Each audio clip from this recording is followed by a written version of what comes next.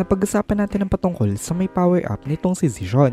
Actually, galing pala kay Rimuru itong power up na ito kahit na wala naman itong si Rimuru dito. Pero bago natin simulan itong video na ito ay i-roll muna natin ang intro. Hello everyone and welcome to my channel, ang inyong source ng Tagalog na Tansura Contents. Sa channel na ito pinag-uusapan natin ang mga nangyayari sa may Tansura universe. So without further ado, let's get into the video.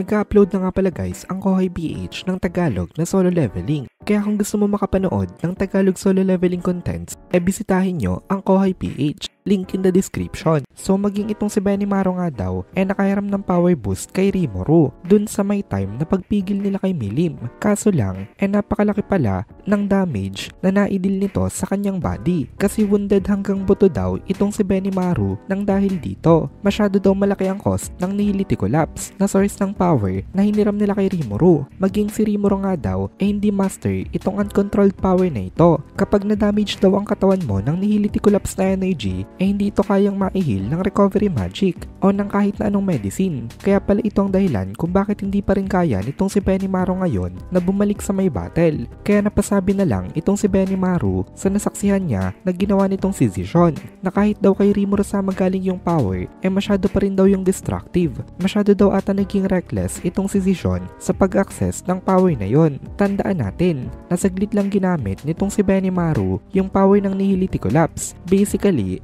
parang seconds lang kasi dun niya lang naman ginamit yon sa pag-activate niya ng kanyang prominence acceleration. Pero itong si Zishan currently ay nasa kanyang body mismo itong power na ito. Kaya sigurado daw na napakalaki ng babawiin nito sa may katawan nitong si Zishan later. Pero wala naman daw silang choice kasi kung hindi sila hihiram ng power na ito hindi nila matatalo itong si Zilenius. Ngayon upset itong si Zilenius dito kasi itong si Zishan na supposed to be ay anak niya nga ay nagpapakita ngayon ng isang unexpected na power. Maging si Zest daw na pinakamalakas dati sa mga children niya hindi nagawa makapag-achieve ng power na ganito. Basically, mas malakas itong si Zishan kung ikukumpara kay Zest at kinonfirm nga ito ngayon nitong si Zilenius. Sabi nitong si Zilenius internally na-exceed daw talaga nitong si Zishan ang kanyang expectation pero still ay hindi pa rin daw ito threat sa kanya. Sa tingin nitong si Zilenius gumagamit daw itong si Zishan ng some kind of trick para sa kanyang extraordinary power up. Wala na daw ibang paliwanag dito. Sa tingin niya daw hindi rin kaya nitong si Zishan na ma-maintain itong ganito kalakas na power dahil sigurado daw nawawasakin itong power na ito itong katawan niya kapag ini-maintain niya pa ito na matagal. Ang kailangan niya lang daw gawin ngayon ang ipagpatuloy ang laban na ito nang hindi nagiging careless katulad daw ng ginawa niya sa may laban niya kay Diablo kanina. So ganun nga ang balak uling gawin nitong si Zilenius. In his mind wala naman daw masyado nagbago. So nagpatuloy sila na magpalitan ng kanilang mga atake. Mga basic attack lang ito, monotonous attack lang at walang kahit na sino sa kanila ang gumagamit ng big moves for some time. Pero after some time biglang ginamit itong si Zilenius ang kanyang Devastator Virus, thinking na nahuli niya na off guard itong si Zishan. Pero it turned out na napakalaki palang mistake nito kasi dapat daw pala mas pinahina niya muna itong si Zishan bago niya uli ginamit ang kanyang Devastator Virus kasi ngayon naging familiar na talaga itong si Zishan sa atake nitong si Zilenius sa kanya. Kaya the next time nagagamitin niya uli ang Devastator Virus na ito most probably ay hindi na ito gagana dahil sa mistake na ito nitong si Zilenius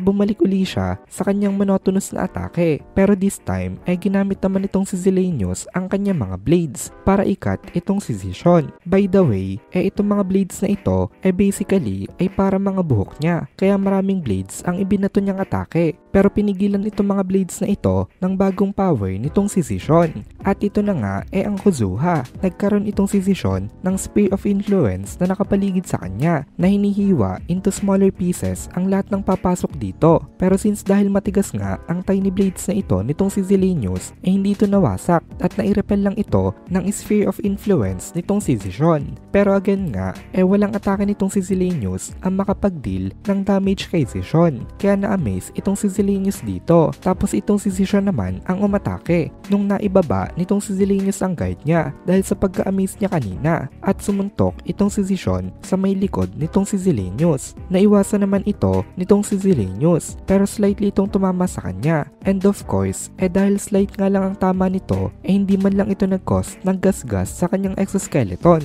napasabi itong si Zisyon na muntik na daw. Then nagreply naman itong si Zelennius sa kanya na ang kaki daw nitong si Zisyon. Siguro naman daw aware itong si Zisyon na inuubos nito ang kanyang sariling lifespan sa pamamagitan ng paggamit ng ganitong klase ng power. Hindi daw gagana sa kanya ang stupid trick na ganito. Tapos biglang umatake uli itong si Zisyon ng isa pang beses at gamit nitong si Zisyon dito ang kanyang Veldora style killing arts, specifically ang kanyang Void Fist. Umilag itong si Zelennius dito at sabi niya hindi daw yun gagana, pero nagulat itong si Zelennius kasi biglang naiwarp nitong si Zisyon ang space-time gamit ang kanyang space-time manipulation at naitransmit nitong si Zisyon ang destructive energy na nanggagaling sa may nihility collapse. Itong energy na ito ay napunta sa may kamao niya at dumiretso ito papunta sa may sikmura nitong si Zelennius dito. At dito na muna natin tatapusin itong video na ito. Kung nagugustuhan mo itong mga videos natin, ay please consider joining the membership para mapanood mo na agad ang mga kasunod na part dahil palaging advance ang ating mga members. Also, ay please consider leaving a like at mag-comment ka na din para ma-boost naman tayo ng algorithm.